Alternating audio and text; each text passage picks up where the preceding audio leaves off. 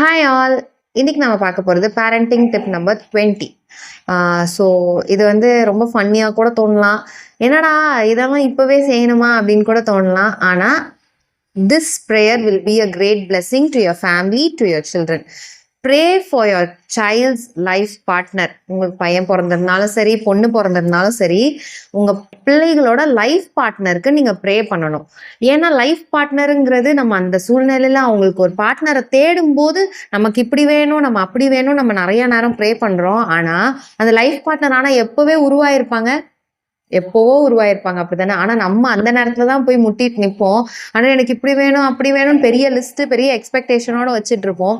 ஆனா நம்ம சின்ன வயசுல இருந்தே நம்ம என்ன பண்ணோம்னா, நம்ம பிள்ளைங்களோட லைஃப் பார்ட்னரோட ஃபேமிலிக்காகவும் அந்த பிள்ளைக்காகவும் நம்ம ரொம்ப ப்ரேயர் பண்ணோம்னு வச்சுக்கோங்களேன். அவங்களோட லைஃப் கொஞ்சம் எப்படி இருக்கும்னு இமேஜின் பண்ணி பாருங்க. அவ்வளோ பிளெஸிங்காக இருக்கும். அவங்களோட ஃபேமிலிக்காகவும் ப்ரே பண்ணும், அந்த பிள்ளைக்காகவும் ப்ரே பண்ணும். அப்பார்ட் ஃப்ரம் திஸ், அந்த பிள்ளையோட வாழ்க்கையின் வழிகளில் ஆண்டவரோட கரம் கூடவே இருக்கணும். அந்த பிள்ளைக்கு ஒரு வேளை ராங் சாய்ஸஸோ இல்லை நிறைய ஏதாவது பிரச்சனைகளோ அவங்க வாழ்க்கையில் வரும்போது அந்த பிள்ளை ஆண்டவரை சூஸ் பண்ணணும், ஆண்டவரை பற்றி நிறையா தெரிஞ்சுக்கணும், காட் ஃபியரிங்காக வளரணும்னு நீங்கள் உங்களோட இந்த லிஸ்ட்டை நீங்கள் இப்போலேருந்தே ப்ரேயர் பண்ணிங்கன்னா அந்த பிள்ளையும் இதில் தான் வளரப்போகுது, உங்கள் பிள்ளை மாதிரியே தான் வளரப்போகுது. ஸோ இந்த ரெண்டு சந்ததியும் ஒன்று சேரும்போது அந்த குடும்பம் வளரும் போது எவ்வளோ பெரிய பிளெஸிங்காக இருப்பாங்க அவங்க ரெண்டு பேரும்.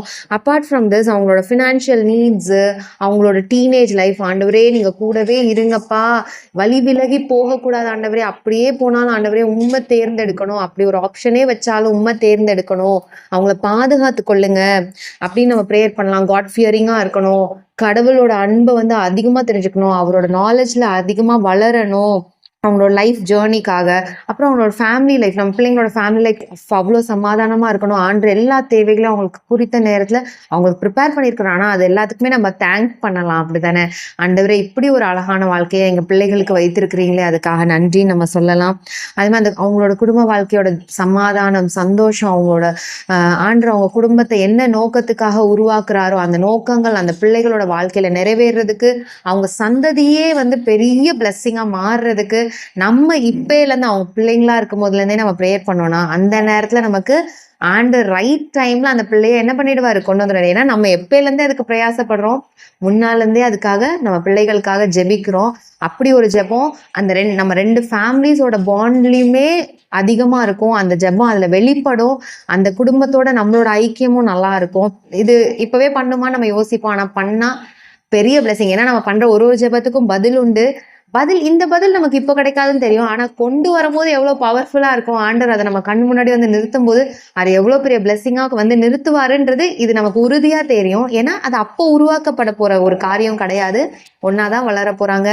என்ன வருஷங்கள் தான் வித்தியாசமாக இருக்குமே ஒழிய மற்றபடி they are going to grow together and they are going to live together அப்படின்னு நமக்கு ஆல்ரெடி தெரிஞ்ச விஷயத்துக்காக நம்ம அவருக்கு நன்றி செலுத்தலாம். அவங்களோட அந்த ஃபேமிலியோட நீட்ஸு, அவங்களோட தேவைகள், அவங்களோட கஷ்டங்களில் ஆண்டவர் அவங்க கூட இருக்கணும். நம்ம ஜெபிச்சோன்னா, நம்ம யாருக்காக ஜெபிச்சாலும் என்ன ஆகும், ஆண்டவர் அந்த ஜெபத்துக்கு பதில் கொடுக்கிற தேவன். அப்ப அந்த குடும்பத்தையும் அப்படித்தானே பாதுகாத்து வழி நடத்துவார்.